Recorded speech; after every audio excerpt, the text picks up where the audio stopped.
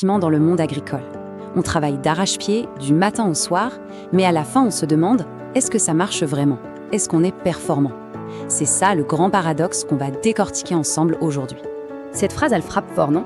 Elle met vraiment le doigt sur le problème. Produire, bien sûr, c'est la base, mais savoir où on en est vraiment, quelle est la santé financière, opérationnelle de l'exploitation, ça, c'est une toute autre paire de manches. Et c'est justement de là que tout part. Voilà, on est au cœur du sujet. Ce fameux paradoxe. On peut avoir des journées de folie, des champs qui s'étendent à perte de vue, des animaux partout. Mais est-ce que toute cette agitation, toute cette activité se transforme en résultats solides, mesurables? C'est cette différence cruciale qu'on va creuser. Il est absolument essentiel de bien distinguer les deux.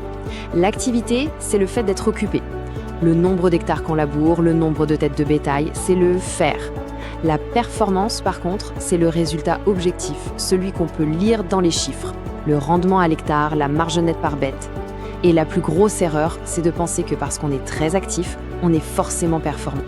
Alors, pour construire une entreprise qui cartonne vraiment, il faut regarder ses fondations. Imaginez un peu une exploitation agricole qui tiendrait sur 3 grands piliers. Le truc, c'est que si un seul de ces piliers se met à vaciller, eh bien c'est toute la structure qui risque de s'effondrer. Et les voilà, ces fameux piliers. D'abord, on a le pilotage. C'est la tête, la stratégie. C'est la capacité à savoir où l'on va et à prendre les bonnes décisions pour y arriver. Ensuite, l'information. C'est le carburant. Sans données fiables, qu'elles viennent de l'intérieur ou de l'extérieur, impossible de prendre une bonne décision. Et enfin, bien sûr, la production, le cœur du réacteur. Et là, c'est limpide. Ces piliers ne vivent pas chacun de leur côté. Ils sont totalement interdépendants. Une petite faiblesse sur le pilotage, ça va impacter la production. Un manque d'infos, le pilotage est aveugle. C'est un équilibre super fragile en fait. Prenons le premier pilier, le pilotage. S'il n'est pas solide, s'il n'y a pas de vision, pas d'objectif clair, eh bien on navigue à vue. On prend des décisions à l'instinct, au feeling ou juste par habitude. Et ça, dans le monde d'aujourd'hui, c'est juste hyper risqué. Et logiquement, on arrive au deuxième pilier, l'information. Comment on peut espérer piloter quoi que ce soit si on n'a pas de données fiables sur ses coûts, ses marges, sur ce qui se passe sur le marché? C'est simple, on ne peut pas. C'est un peu comme essayer de conduire une voiture en pleine nuit, tout feu éteint. On va droit dans le mur.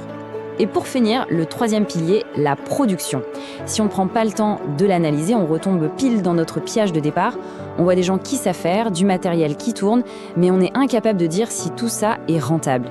La clé, c'est de passer de la simple observation à une véritable analyse. Bon, face à ce tableau, on fait quoi? Quelle est la solution? Avant même de penser à changer ou à améliorer quoi que ce soit, la toute première étape, celle qui est absolument non négociable, c'est de faire un diagnostic, un état des lieux clair, net et objectif. Il faut savoir d'où on part pour décider où on veut aller. Et attention, un diagnostic initial, ce n'est pas juste une opinion ou un sentiment. Non, c'est un examen factuel, comme un check-up chez le médecin. On passe au crible les 3 piliers, pilotage, information et production, pour avoir une photo précise et sans filtre de la situation. Concrètement, ça apporte quoi de faire ça? Eh bien, les bénéfices sont énormes. Ça permet d'avoir enfin une vision claire et globale de son entreprise, de mettre en lumière les points faibles, oui, mais aussi les points forts sur lesquels on peut s'appuyer, et surtout, ça donne une feuille de route. On sait exactement par quel bout commencer pour s'améliorer. Maintenant que l'idée est claire, regardons un exemple concret. Parce que c'est bien beau de parler de diagnostic, mais comment on fait en pratique? Heureusement, aujourd'hui, il existe des solutions super accessibles, comme cette offre en ligne qu'on va prendre comme exemple. Forcément, pour que les gens se lancent, il faut que ce soit accessible. Et le prix, c'est le nerf de la guerre. Regardez ici, par exemple. On passe d'un coût normal de 10 000 francs CFA à une offre spéciale à 3 000. C'est une sacrée différence qui montre bien la volonté de rendre cet outil disponible au plus grand nombre. 3 000 francs CFA. Quand on y pense, c'est un investissement vraiment minime par rapport à la clarté que ça peut apporter. Ça peut littéralement changer la trajectoire d'une entreprise. L'autre avantage énorme de ce genre d'approche moderne, c'est que c'est hyper pratique. Plus besoin de se déplacer, de prendre des rendez-vous compliqués, tout se passe en ligne, de chez soi. Et on reçoit son rapport d'analyse très vite, ce qui permet de passer à l'action sans perdre de temps. Et pour couronner le tout, le processus a été simplifié au maximum. C'est littéralement en 3 étapes. 1. On envoie le mot diagnostic pour démarrer. 2. On reçoit la procédure à suivre, tout est expliqué. Et 3. On reçoit son rapport d'analyse personnalisé. Difficile de faire plus simple. Cette phrase, elle résume tout à la perfection.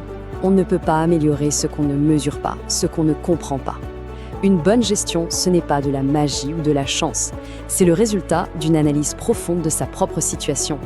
Et le point de départ, c'est toujours un bon diagnostic. Finalement, tout nous ramène à cette question fondamentale. Au-delà du travail de tous les jours, au-delà de ce qu'on voit en surface, quelle est la santé réelle de l'exploitation ? Rien que de se poser cette question, c'est déjà faire un immense pas en avant vers une meilleure performance.